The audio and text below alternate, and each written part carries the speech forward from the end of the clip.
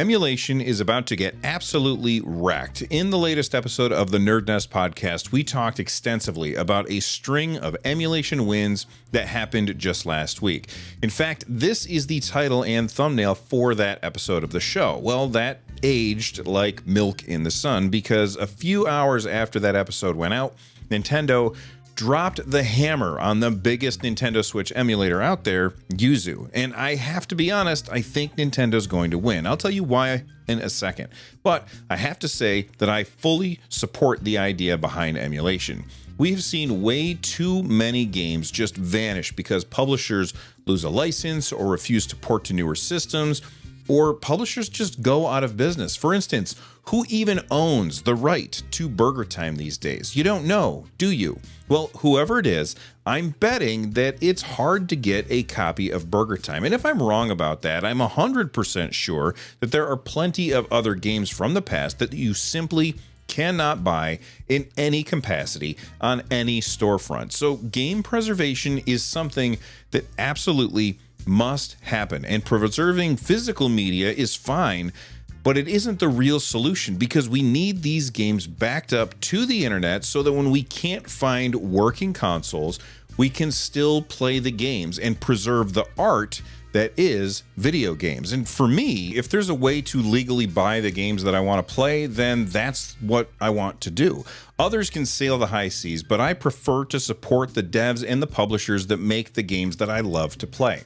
So I don't support piracy, but I do support emulating on the Switch, which seems incongruous. But I say no to piracy, but yes to emulation. Well, I know that one of the reasons that people emulate the Switch games is to get more performance out of them. People have crazy powerful hardware, and the Switch is a 7-year-old Android tablet that was underpowered when it shipped, so you can do some pretty amazing things with emulation when it comes to Switch games.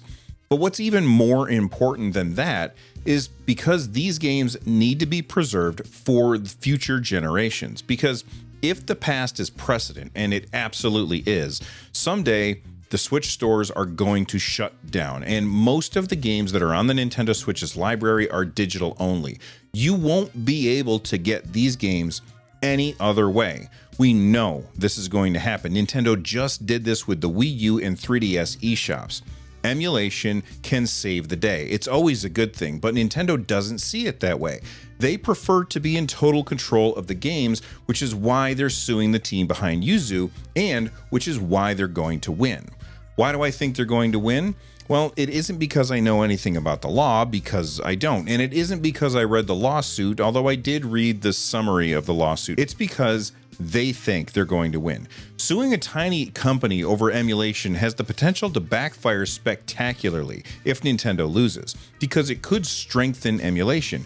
It could make it clear that consumers have the right to make backups and that companies have to give us access to our libraries in perpetuity. So for Nintendo to take this risk must mean one of two things. Either they have an airtight case against Yuzu, which they might, like I said, I'm not a lawyer, or the other option, they think that they can swing a big hammer and Yuzu will simply get out of the way, capitulate, and give up.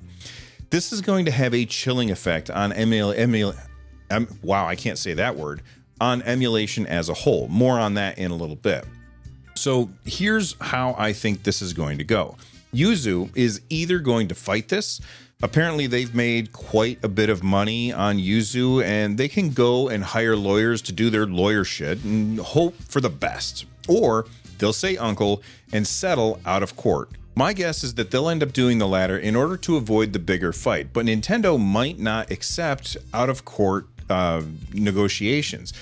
Nintendo is arguing that Yuzu executes code that defeats Nintendo's security measures, including decryption using illegally obtained copy of prod.keys, which is the file that you need in order to emulate Nintendo Switch games. In other words, without Yuzu's decryption of Nintendo's encryption, unauthorized copies of games could not be played on PCs or Android devices. Nintendo said it expended significant resources in order to stop illegal copying, marketing, sale, and distribution of its Switch games, and then it said that Yuzu earns $30,000 per month from Patreon from over 7,000 patrons. Nintendo also said that the company earned about $50,000 in paid Yuzu downloads. They said that Yuzu's Patreon doubled its paid members from the period of May 1st to May 12th when Tears of the Kingdom was released. Not only is Nintendo trying to shut this emulator down, but they're also looking for remuneration from Yuzu as well. They want Yuzu's website. They want everything that Yuzu has. They are basically saying, bring me their head on a pike. They might force this to go to court, and if they do, it could possibly turn into the nightmare scenario for game preservationists everywhere. If you need an example, look no further than just after this, Amazon removed Emulation Station from the Android store just days after it showed up. For those that don't know, Emulation Station doesn't actually have any emulators or ROMs. It's simply a front end for your emulators, meaning it's a pretty way to launch your ROMs via emulators without having to go, boot into the emulator yourself. It has no proprietary code, but I think Amazon saw what was happening with Nintendo and panicked. Though part of me wonders if it was only removed because the developer was charging for it. If it was being given away for free, then that would mean Amazon wouldn't be taking a cut of this money, and Nintendo wouldn't have a good reason to throw their lawyers at Amazon like the zombie hordes in World War Z. Here's what they said. Amazon has decided to remove ESDE, that's Emulation Station Desktop Edition, from their App Store because the app facilitates emulating and pirating of games from third-party sources without explicit authorization from these sources. Everyone that knows anything about emulation knows that this is not true, and especially not for a front end that does not ship with any games or emulators. We have attempted to appeal this decision, but Amazon has refused to reinstate the store entry. You can still get access to their APK via their Patreon, but I really liked that they were going to be able to make money from their hard work easily through the Amazon Android store.